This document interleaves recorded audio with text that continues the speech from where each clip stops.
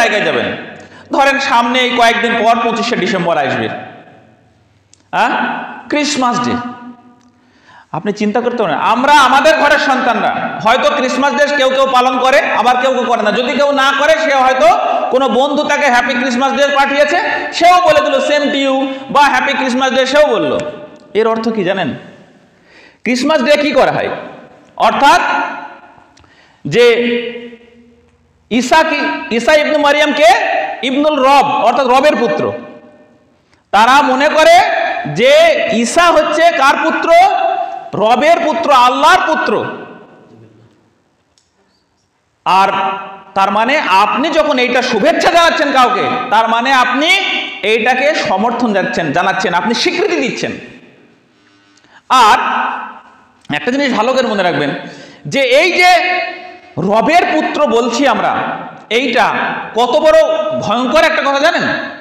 সূরা মরিয়মের 19 নম্বর সূরা 88 নম্বর যদি আয়াত খুলেন, তাহলে সেখানে আল্লাহ কি বলছে? যে আল্লাহ বলছে, তারা বলে যে আল্লাহ সন্তান গ্রহণ করেছে, আল্লাহ পুত্র সন্তান গ্রহণ করেছে, আল্লাহর পুত্র হচ্ছে ঈসা ইবনে মারিয়াম। আসলে তারপরের আয়াতে কি বলছে আল্লাহ? যে তারা এমন একটা ভয়ঙ্কর কথা বলছে, যে যারা বলছে তারা এতটা বড় ভয়ঙ্কর কথা বলছে, এত বড় আল্লাহকে গালি দিচ্ছে কি, যে যদি এটা এত বড় ভয়ঙ্কর কথা, এত বড় গালি, যদি পাহাড় পর্বতের 90 নম্বর আয়াতে বলছে, পাহাড় পর্বত আসমান জমিনের যদি অনুভূতি থাকতো, আসমান জমিনের যদি অনুভূতি থাকতো, তাহলে আসমান ফেটে পড়তো, পাহাড় বিদীর্ণ হয়ে যেত, চৌচির হয়ে যেত, ভূমি ধসে যেত। এত বড় খতরনাক এত বড় একটা আল্লাহকে গালি। তাহলে আমরা যখন হ্যাপি ক্রিসমাস ডে বলছি, তার মানে কি? ওই যে ঈসা হচ্ছে আল্লাহর পুত্র, সেটা স্বীকৃতি দিলাম, তার মানে সবচেয়ে বড় গালিটা দিলাম আল্লাহকে।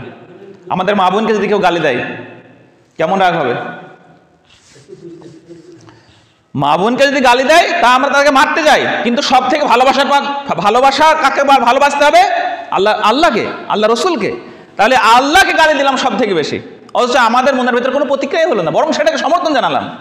অথচ আমাদের এই ইনজিলায় কোনো প্রমাণ নেই, 25শে ডিসেম্বর এর জন্মদিন, ঈসা আলাইহিস সালামের জন্মদিন। ইনজিলায় তো প্রমাণ নাই।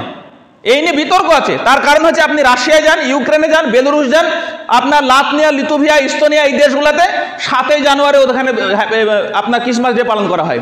আপনি এশিয়া মাইনরে যান, ওখানে 6ই জানুয়ারি ক্রিসমাস ডে পালন করা হয়। তাদের মধ্যেই বিভ্রান্তি। আর এটা ঈসা আলাইহিস সালাম মারা যাওয়ার 350 বছর পর চালু হয়, রোমান সম্রাটরা চালু করে। আমাদের ভারতবর্ষে 1668 সালে ওই যে কলকাতার নগরের প্রতিষ্ঠাতা জব চার্নক, সে চালু করেছিল। কিন্তু আমাদের ঘরের সন্তান সেটাকে স্বীকৃতি জানাচ্ছে, এত বড় একটা খতরনাক। তাহলে আমরা কার ইবাদত করছি? এখানে আমরা বলছি যে আল্লাহ, আমি শুধুমাত্র তোমার ইবাদত করি, আমরা এখানে শয়তানের ইবাদত করলাম। তো কিছুদিন পর নববর্ষ আসবে। আল্লাহ এই ধরনের অপসংস্কৃতি বা ইসলাম বহির্ভূত যে সংস্কৃতি, সূরা ওই আপনার কি হাদিস, যেটা হচ্ছে মুসলিম শরীফের মধ্যে বলছে, যারা বিজাতীয় সংস্কৃতির অনুসরণ করে তারা কিয়ামতের মাঠে বিজাতীদের দলে উঠবে।